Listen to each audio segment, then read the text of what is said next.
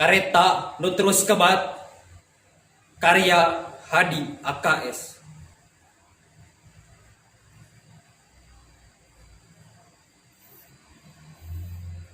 Nah, ieu kareta bet terus nyemprung dina peuting hideung meredong. Kapan urang geus gilig indit bari mikul pangharepan. Niang jeung tanaga panyesaan jeung kesang nu saat kari tapakna. Urang nyingkah nyer lembur nu ngempur keneh ku bulan. Nyusul taneuh nu beueus juuk cinyusu. Di dieu di lemah cai pangancikan geus eueuh lahan satapak jeung langit satiung. Pikeun nyeungha sareng hapan.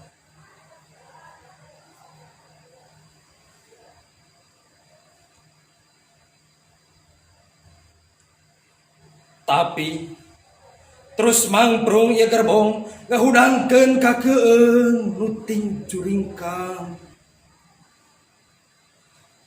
Berang deui peuting deui nyeap ka ditu ketebeh wetan. Kawas rek muru baleba. Lebah mana ari hal teu pangeureunan tayang nu bisa nuduhkeun da puguh henteu ka impleng lebah mana urang reureuh.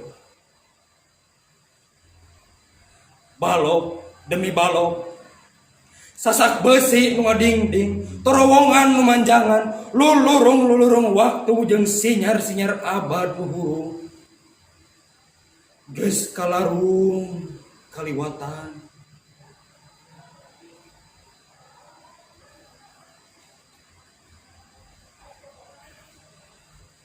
Kareta terus ngahegak mapai rel ka tepi suwirig gumuruh nyerang lembur demi lembur nu arahe. Di saban jandela urang ngan bisa reuteum menjo bumi panineungan. Pakebonan ting runggunuk jadi beton, pasawahan ting gurilap jadi wajah, walungan budal kusara, bangke orok jeung rungkang tatangkalan, jalma-jalma rajeg ngarelun jadi haseup nu harideung, anteng nyakaran pasir gudawang, jeung gunung-gunung nu daroyo. Rek kebat ka mana ieu kareta? Taya nu nyoat.